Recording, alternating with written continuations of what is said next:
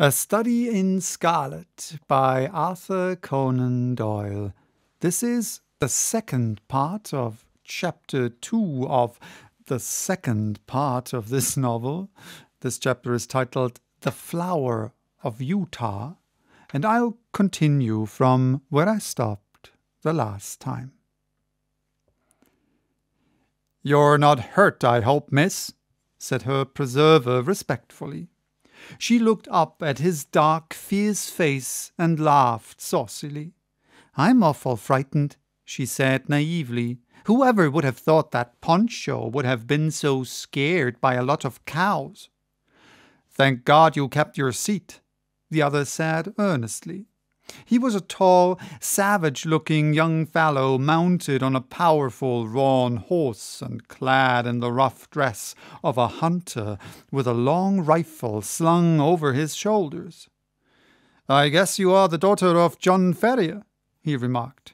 "I saw you ride down from his house. When you see him, ask him if he remembers the Jefferson hopes of St. Louis. If he's the same Ferrier, my father and he were pretty thick."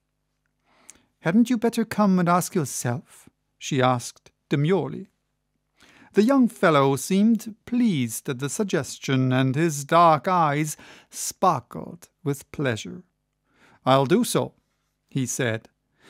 "We've been in the mountains for 2 months and are not over and above in visiting condition. He must take us as he finds us."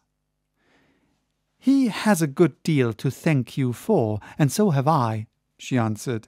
"He's awful fond of me. If those cows had jumped on me, he'd never got over it." "Neither would I," said her companion. "You? Well, I don't see that it would make much matter to you anyhow. You ain't even a friend of ours."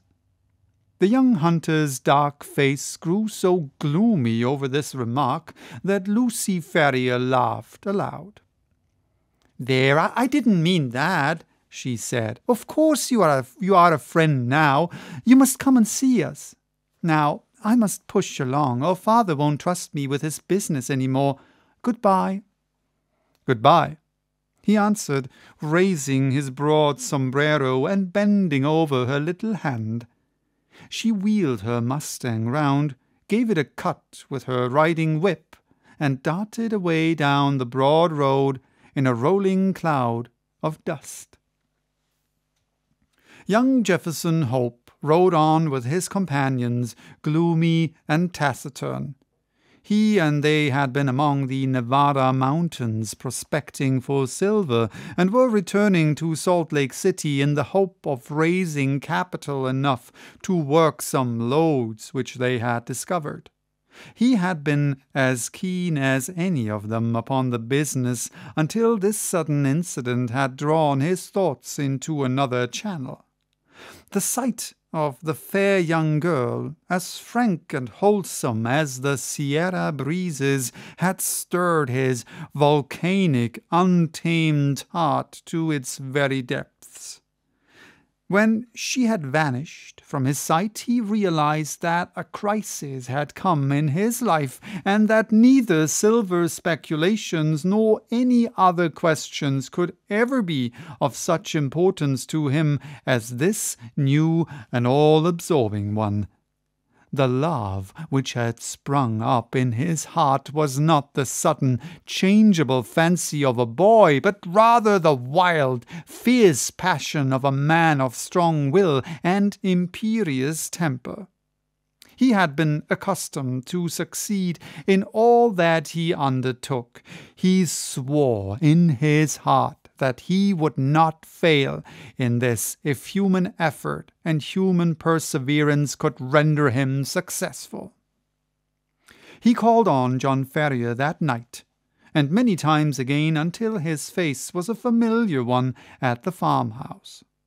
John, cooped up in the valley and absorbed in his work, had had little chance of learning the news of the outside world during the last 12 years.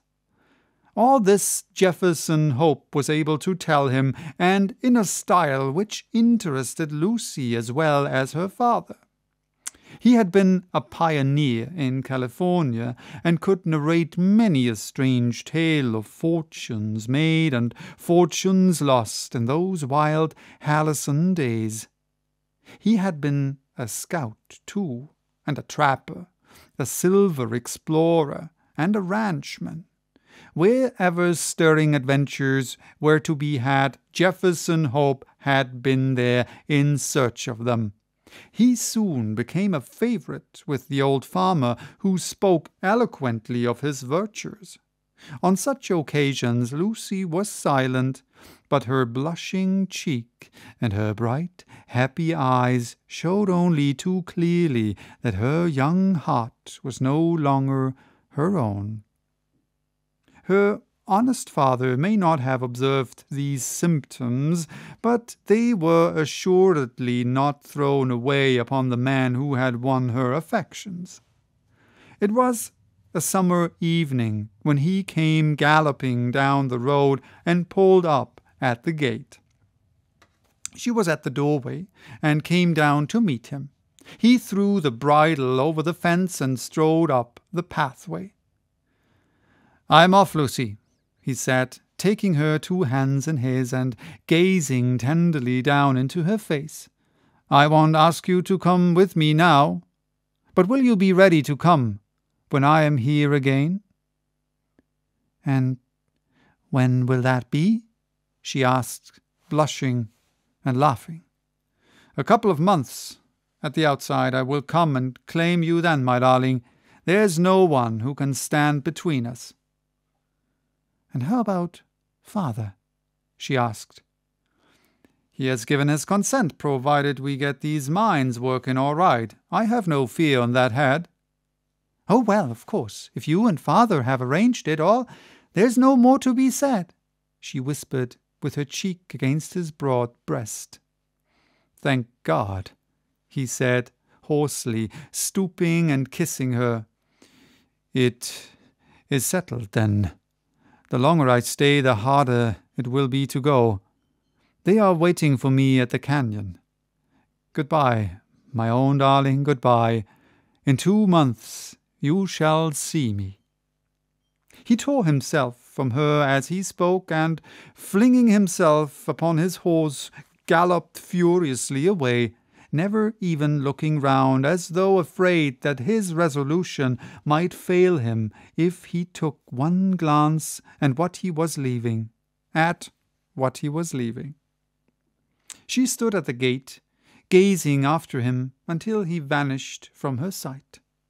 Then she walked back into the house, the happiest girl in all Utah.